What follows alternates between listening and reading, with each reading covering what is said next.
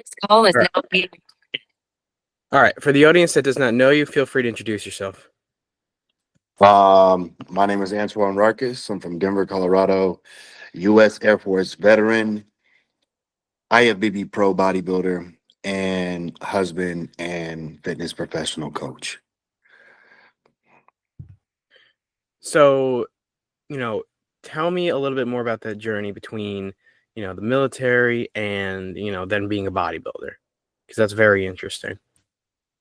Between the military and being a bodybuilder, yeah, those things had no type of like intermediate flow. I was always into fitness when I was in the military. I was stationed with special operations. So these guys are in shape, right? They're in shape because they have to fight the fight. So I started off doing like CrossFit, running, ruck marks, just different type of like tactical approach to fitness. And then I kind of got into weights like later on in my Air Force career. And I always lifted weights before that, but not really like a bodybuilder. Bodybuilding lifting is entirely different than just going inside the gym and lifting some weights. And it's a big difference, right? And even when I got into bodybuilding, so I got into bodybuilding because once I left the military back in 2017, I moved to San Diego on a whim. I was stationed in Arizona, and I had a buddy. He lived out here in San Diego, and we actually had a clothing line, and we were really good friends from back in high school. And he was in the Navy. They said they needed a roommate. He was like, "Just come over, come visit, check it out. Maybe you'll like it." And so I came down. I visited in October, and I was able to go on the beach in a hoodie and some shorts. So I said, "Man, I'm sold. Let me go get my stuff. I'm coming over." So I moved over, and then I was going to school at this school called National University. And one day I was studying at the library. I met with this guy to film me for a YouTube series because I wanted to create YouTube. I wanted to be like a fitness person on YouTube. And after I had that call with him, I started to drive home. And as I was driving home, I got a message from this man named Miguel Aguilar, RIP. He passed away just yesterday. But he is the CEO of Self Made Training Facility, and it's a private training facility made for people who want to be able to create their own path in personal training and fitness instead of going the traditional route, going to fitness, a 24-hour fitness or Planet Fitness or any type of like club fitness company, right? So you're basically your own boss. You're a contractor. You have your keys to the gym, And he called me and said, "I think you'd be a great fit." And I said, "Sure." So I signed up and instantly fell in love with it. I was there from 5 a.m.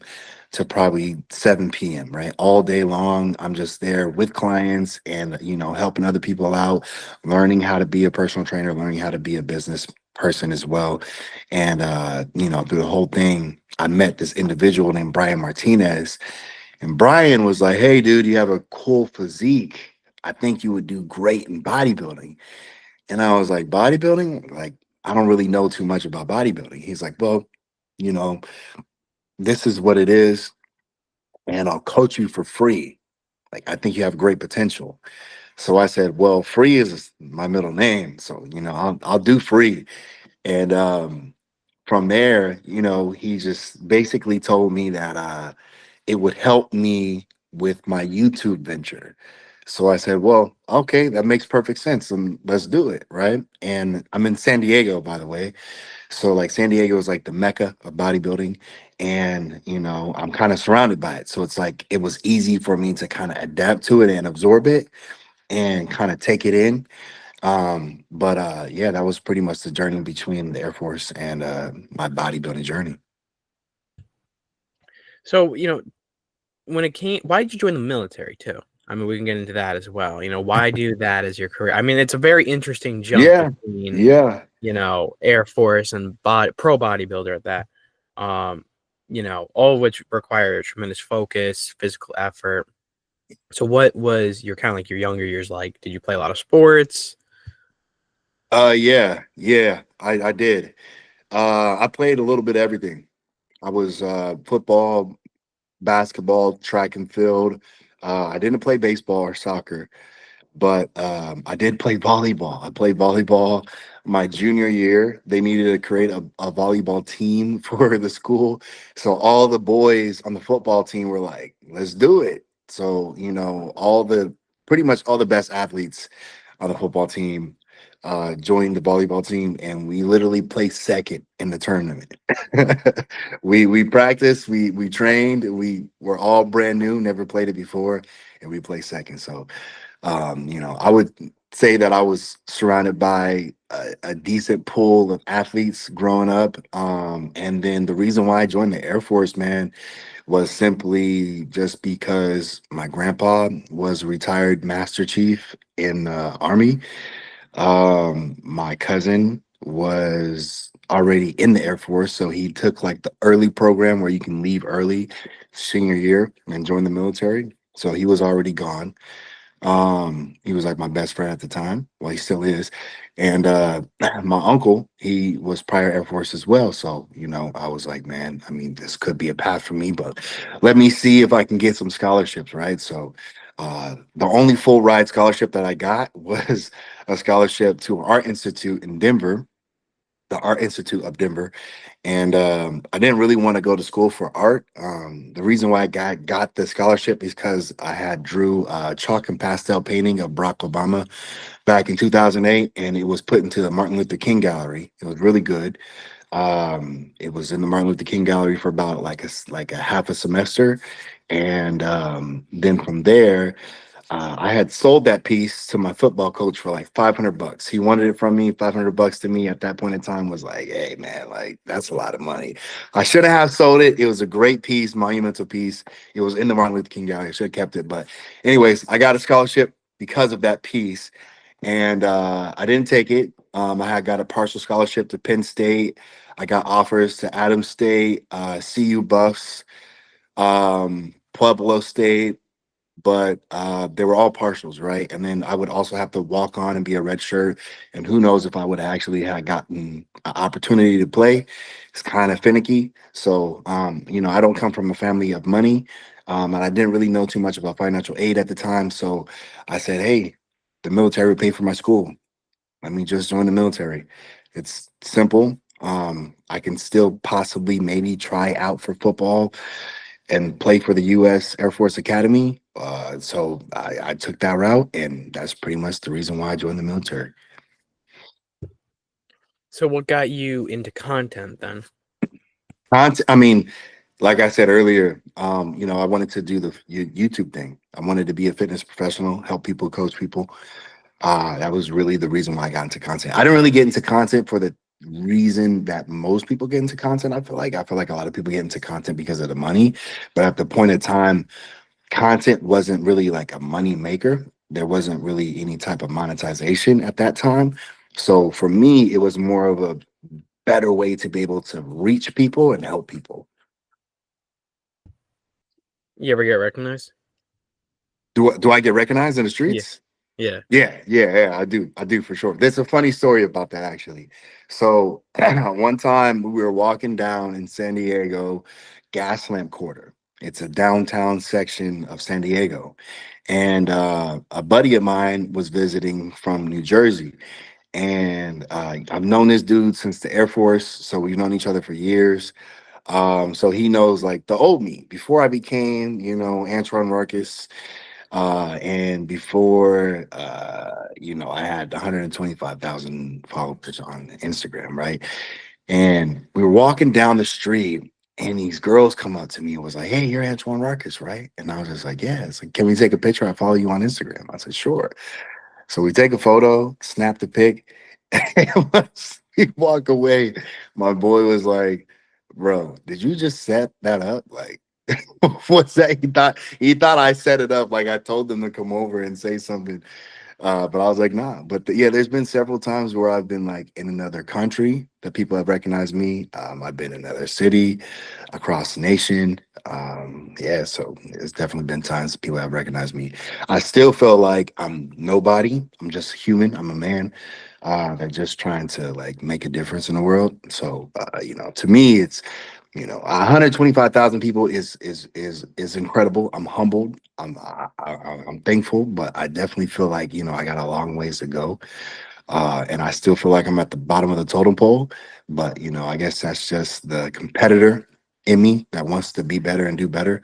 But the being recognized I think it's cool. I'm not too hip on it. Like I don't really care all that much if somebody recognizes me or not, as long as I can, have somebody save a video and maybe gain some inspiration from it, take something from it, maybe, build some type of physique that they want, that they dream of. That's cool. What is your most viewed video? My most viewed video, dude, I don't know. I don't know, man. Um, I don't know. I don't really go back and look. I don't really go back and look. I don't really care to look into all of that. I probably should, because the analytics can help tell me exactly like what I should continue to do.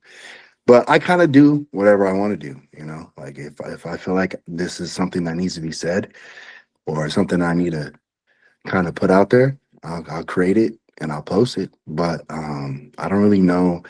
Maybe, I mean, I do know some videos that have gone viral, per to say. Like there's a video of me telling people about what not to do on the stairmaster, like don't lean over. You ever see those people like lean over the stairmaster and they're like arched I'm back one of those people. and their butts I've out? been one of those people in the past. Yeah. Oh man, dude. Well, hey, I, look, listen, don't do it no more. It's not bad. So here's the thing about it. It's like it's not the point of you leaning on the stairmaster, but you have to understand that you're leaning for a reason.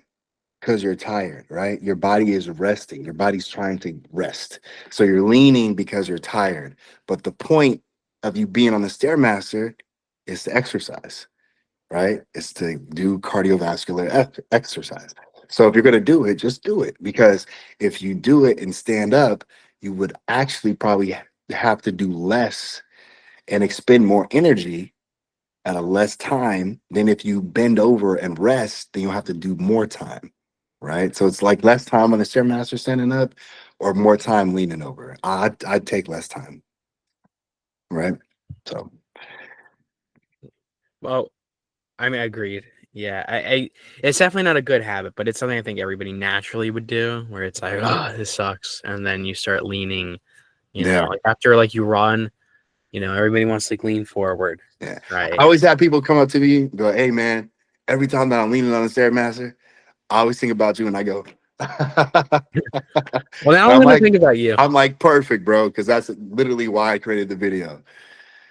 You know what that reminds me of? That reminds me of a story. I remember I used to do wrestling, and so there's something called Hell Week in wrestling, which is Okay. like, it's just 3 days of like this really, really intense exercise and workout outside in like, really cold weather in the middle of November. It's supposed to suck. And, you like run up and down the bleachers. And, I remember, a bunch of kids start leaning on the bleachers, especially new guys. And one of the coaches said, he's like, why are you holding the wall up? The wall's been up there for the past 50 years. It doesn't need you to hold it up. And I remember another time where you'd have to sprint. It's called like 2 laps 2 minutes, where we'd go on the second floor of the school and we'd run 2 laps in about 2 minutes, right? Or under 2 minutes. That's what you're hoping for. I was never really great at that. But you do it and then people would go against the walls. And one kid said, there's no walls in wrestling. There's no walls in wrestling. So you can't lean against the wall. No walls in wrestling. But, to your point, yeah, no, you don't get the same amount of benefits for sure when you're talking about the Stairmaster. Yeah. Uh, but going back to like content wise, like what do you think the biggest video, like what do you think like the first video that you did that like did well was? The first one that popped off. Um, hmm. Man, I don't really know. You know what? Actually, I do. I do. It was it was a real simple video. I was in the elevator. I had my shirt off, and the elevator. First of all, elevator light is the best light. All right. So if anybody out there is trying to look for that perfect picture, get in the elevator and shoot it in the elevator. I'm telling you, it's gonna be phenomenal. But I was in the elevator and we were going down, and the elevator light was hitting, and my wife was like, "Babe, take your shirt off right now." And I was like, "Okay." Took my shirt off, and she was just like filming me, and I was like, put it, I was like, go right there and film me. And it's just like a couple of different snippets of like me just kind of like, just flexing in front of the camera. But I had put like some audio behind it. It's like Kevin Hart talking about how to be great or whatever. But the moment was me preparing for my show. So I was preparing for a bodybuilding show, and I was literally like one day out in Las Vegas. We were in the casino, walking through the casino, and I was in the elevator, and we just recorded the video, and then I put like some text on it, and it was motivational audio from Kevin Hart. But yeah, that was my first one. I think that was when Reels first started. Yeah. What do you think, like in terms of now bodybuilding? We're talking about fame, we're talking about like image and things like that. Um, what do you think the biggest difference was, like once you started bodybuilding, right? Like, what do you think, like benefits wise, what do you think the biggest benefit was when you started bodybuilding? You know what? I have an answer for this. The best benefit that I got from bodybuilding was structure. Just adding structure into my life. Like without bodybuilding, whenever like I'm not on prep, I tend to lose myself. I don't have a time to wake up. I don't have a time to do this or that, right? I don't have any set time. I don't have any structure. And I feel like the best thing that I get from bodybuilding, and what it reminds me of basic training. It reminds me of being in the military and going through basic training and having a time, a reason, and a rhyme to everything that you're doing. Everything has a purpose, right? And I would say that bodybuilding kind of helped me find my purpose and a sense of time and structure and how to spend my time, right? Because if I miss, I'm going to miss big, right? Not small. Because if I don't wake up in the morning and do my cardio, the rest of my day is fucked. The rest of my day is fucked. Because now I have to do that cardio still, but it's going to be in a different time slot to where now maybe my meal prep time is being interrupted, or maybe my study time is being interrupted, or maybe my time with my clients is being interrupted, or maybe my time during my lift is being interrupted, or maybe my time with my wife is being interrupted. Something is going to get interrupted. And the moral of the story is that, like, with bodybuilding, it creates structure and it forces you to have a time schedule in order to have everything accomplished. What do you think the biggest benefit is to working out in general? Right now, even talking about bodybuilding specifically, but like, when we're talking about kids and people that haven't worked out before and then they start working out, and as somebody who helps people with that, what do you think the biggest benefit is for people when they start working out? Confidence and mental growth. Confidence and mental growth. 100%. Because with, even if you're a kid, you know, I'll just talk to the boys right now.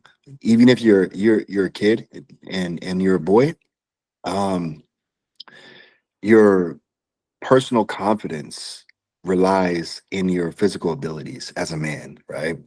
That's what you grow up to be, right? Like you grow to be a protector, and just like the kids who had the six pack first were the coolest guys, right? Because those are the guys that just, they would take their shirt off and play football. and those were the coolest guys. The reason why is because they've already established themselves, right? And I just feel like in general, even if you don't want a six pack, you're not chasing the physical perfection.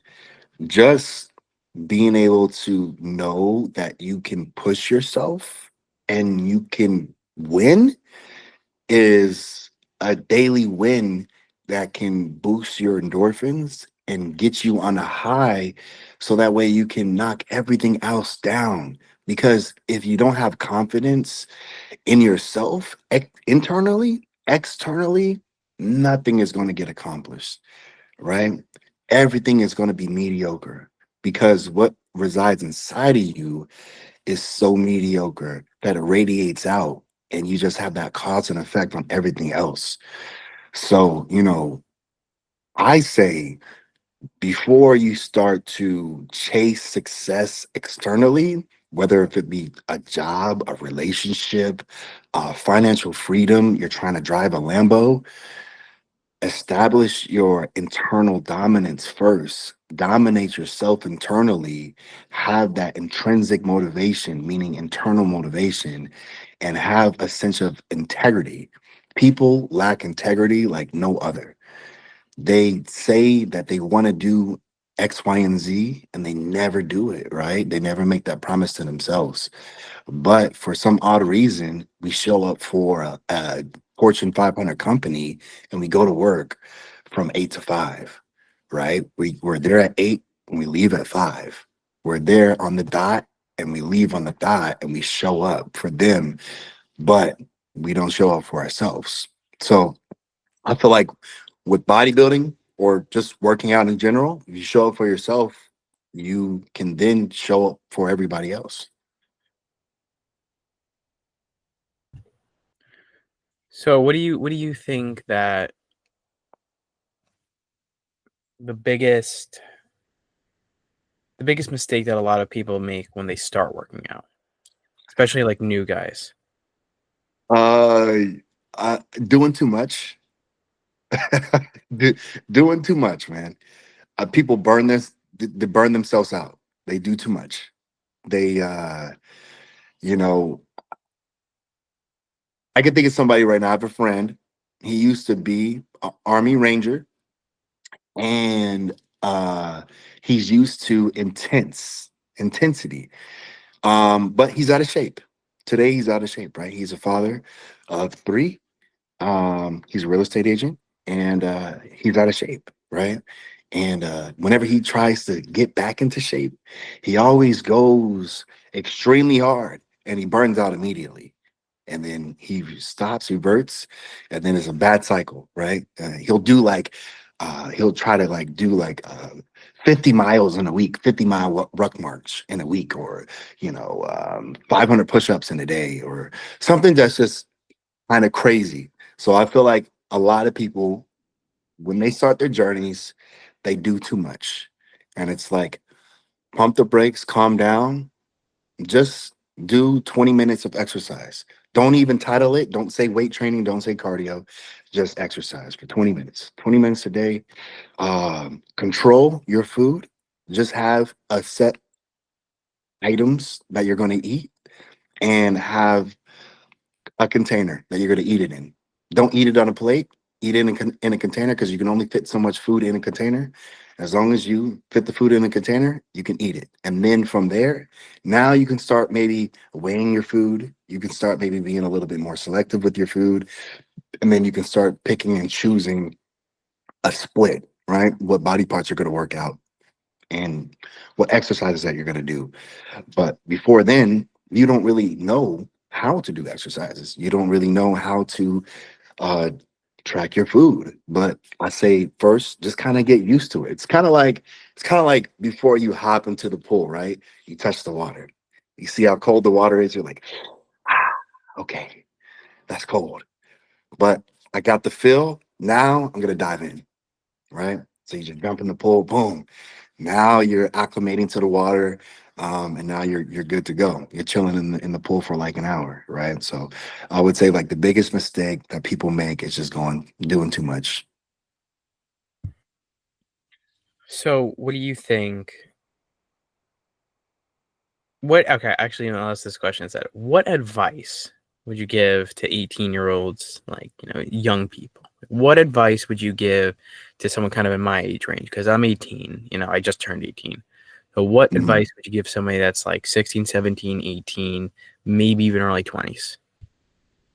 Um, create a plan, stick to the plan, build through mechanics, meaning learning how to be functional, all while building muscle. Don't just do one or the other. That way, when you get older, you can then start stacking muscle onto your frame, but still be functional because the purpose of a man is to be functional.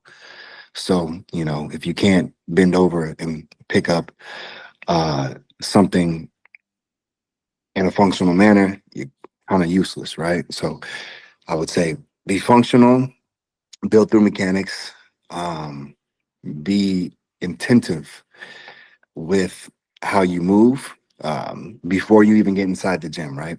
So already have an intent on like what you're going to accomplish when you go to the gym.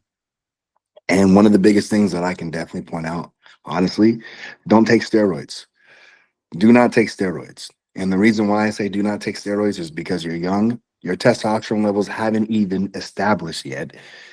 You're still growing. You're not even fully hitting, you haven't even hit your last growth phase yet, right? So establish yourself first in the functionalities of physical fitness, mindset, right? Because you have to have a mindset that goes with the physical fitness. If you do not have no willpower and you can't tell yourself no, then that's something that you need to work on, right? That's something else that kind of goes into the whole aspects of building the body. Is going to be building your mind, building your foundations of willpower, your foundations of being able to say no, right? Or being able to understand how to keep pushing harder, go past the 12 reps, right? You say you have 12 reps, but when you finish your set, are you tired? You're not tired at all. So you probably had more reps, or maybe you need to add more weight, right? So those are like the things that you need to get used to before you start, kind of turning it up a notch. But let me go back to the reference of steroids. And the reason why I say this is because I feel like guys are using it way too early. Now, I won't say that, don't do it at all, right? Because I've done it, but I didn't do anything until I was at the age of 28 and a half, right? Grown man. I'm fully established at that point, right? And the only reason why I did it was because I wanted to be competitive in the sport of bodybuilding. And being an IFBB pro, that's what I chose to do. That was my path. Now, if your path is just to look good, I would say it's not needed at all. You can look good by eating nutritious food, going hard in the gym, getting plenty of rest, and practicing recovery. That's really all you need, right? Discipline. That's going to be your steroid. Discipline is going to be your steroid. But apart from that, I feel like kids shouldn't be taking that. And to any 18-year-old out there, just see what you're capable of first. See what you can do. See what your genetics are made out of. See what your body is made out of. See what you can do. And then from there, years down the road, when you're like 25, 30 years old, then you can make the decision like, do I want to see, am I happy with where I'm at, or do I need assistance to help me get to where I want to be? So, with that being said, when we're talking about steroids, then it kind of begs the question of like cheating and like what's fair, when it comes to, you know, I guess competition in general, not even just bodybuilding, but just sports in general, how people look. And a lot of people think it kind of builds this really unhealthy standard, especially in the influencer world. So, when you see a guy that is, publicly on steroids and he's like, well, I got this way because of steroids, and like he's very public about it, right? Mhm. And everybody knows it. Like it's not like a question. It's like he is definitely on steroids and he's public about it. Is that a good thing because it's removing kind of the stigma, like, okay, like it's your body, you have the right to do it? Or is that a bad thing because you could very easily argue that it's a guy with a very big voice that is influencing all these kids? They see it and they're like, oh, shoot, if I take this drug, I'll look like this guy. I think it's a um, I think it's a bad way to speak about it. Um, you know, like I just said on your podcast that I've taken enhancement drugs before, right? But I've never in my content sat there and dived into my relationship with PEDs, or more so said, I got my physique because of this. That would be wrong in so many ways because, first of all, it's misleading, right? Because there's 1,000 pieces that goes to that, and some of it's genetics, some of it's work ethic. Like, dude, I bust my ass every day. I'm about to go to the gym in like 30 minutes, right? And my wife's still sleeping, right? I wake up at 5 a.m. I touch the ground. I thank God. I do my push-ups, get my body active. I drink my water. I take my creatine. I take my shot of ACV. I pray. I read. I leave. I train every morning. And most people will not do that. They won't. But what they will do is that they will take PEDs, and they will think that PEDs are going to give them that superpower. It's going to turn them into the Hulk. It's the green juice. It's the Space Jam water, right? But it's not. It's not going to replace anything else that you have to do in order to build a physique, in order to be faster, jump higher, lift stronger. If you don't have it in you, it's not going to put it in you. You have to have it in you first. And what it does is in the name, enhance what you already have in you. So if you're already strong, it's going to help you be stronger. If you already have good muscle bellies, it's going to help your muscle bellies look better. But if you don't have the work ethic, you don't have these things, you're not strong, you're not consistent, you're not dedicated, it's not going to change nothing.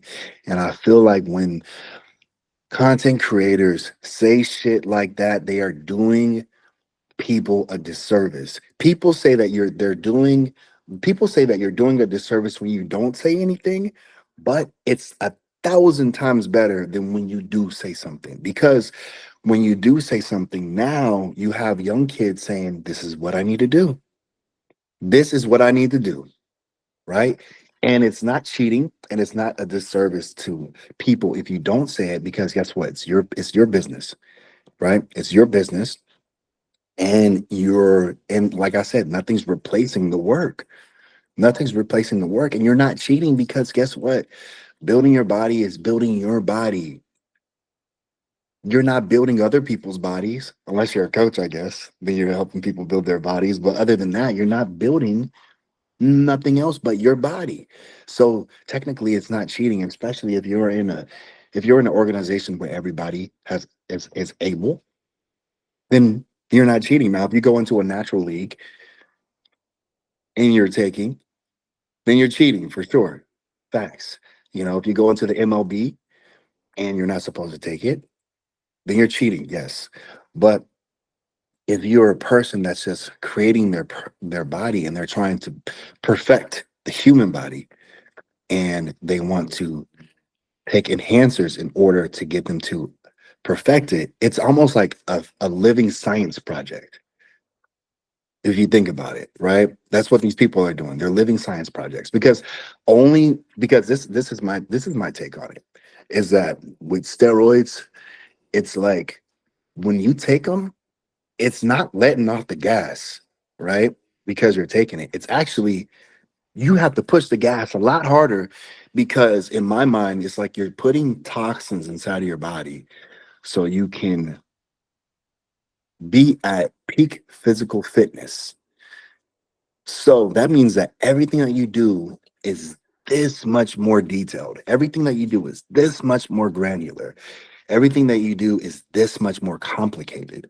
So when I say that you have an event with your friends, a birthday party, and you have to bring your meals with you, and everybody else is eating pizza and fried chicken, and you're eating tilapia and rice, that's what I'm talking about, right?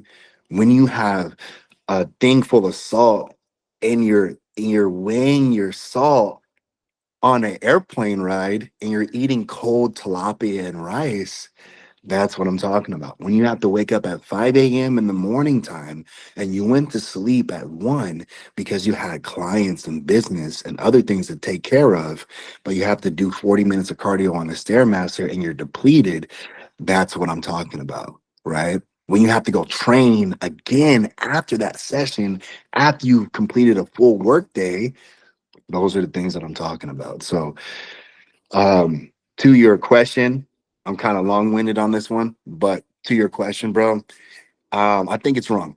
I think those guys should stop doing that. It's not cool, bro.